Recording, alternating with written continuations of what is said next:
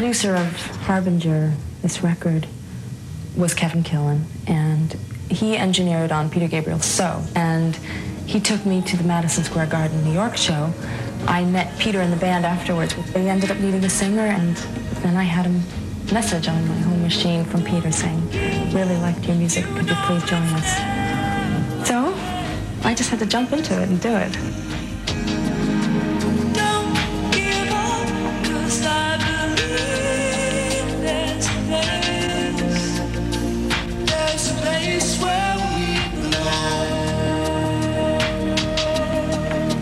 He made me feel like I was this woman, you know, symbolizing all womanhood.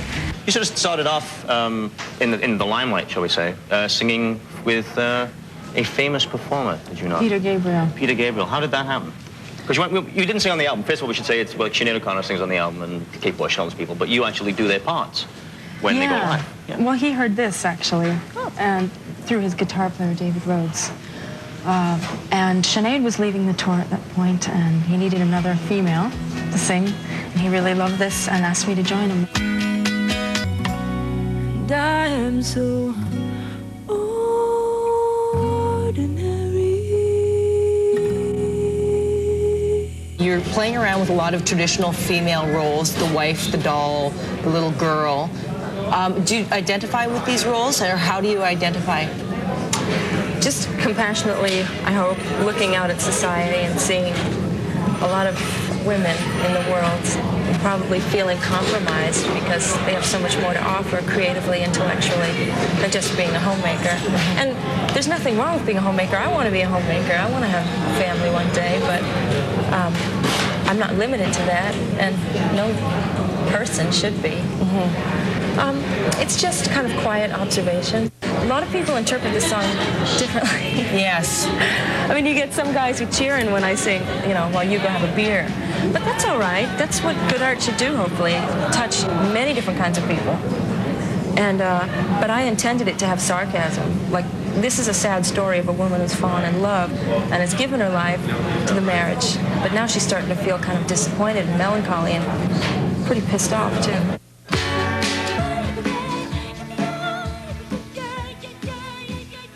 I think we're all ultimately working for self-evolution, hopefully.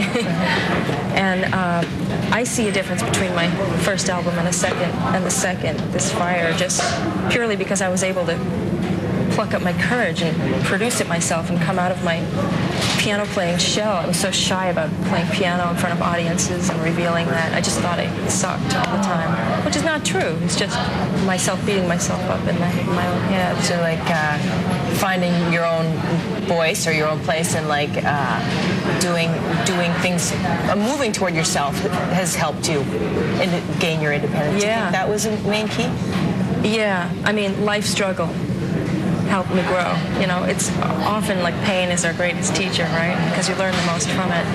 And even just in the process of being producer for this album, I was really phone shy, and I would have to be on the phone constantly all day. I got so much better as a businesswoman, and therefore I'm so much more comfortable in the material world and standing up for myself and expressing my needs. And then when I got to the studio, it just felt like freedom, artistic freedom. There was nobody compromising my vision. I really got to fly.